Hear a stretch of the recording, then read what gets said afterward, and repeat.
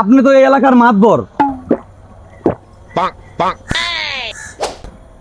মাতবর সাহেব, আমি অন্য গ্রামের লোক, আমি সখীপুর থেকে আইছি। হ্যাঁ, তো কি হয়েছে কোন?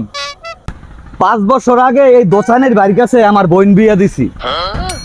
বিয়ের পর থেকে আমার বোনডারে ওই কাজের লোক বানাই রাখছে, দাসী বান্দি বানাই রাখছে মাতবর সাহেব।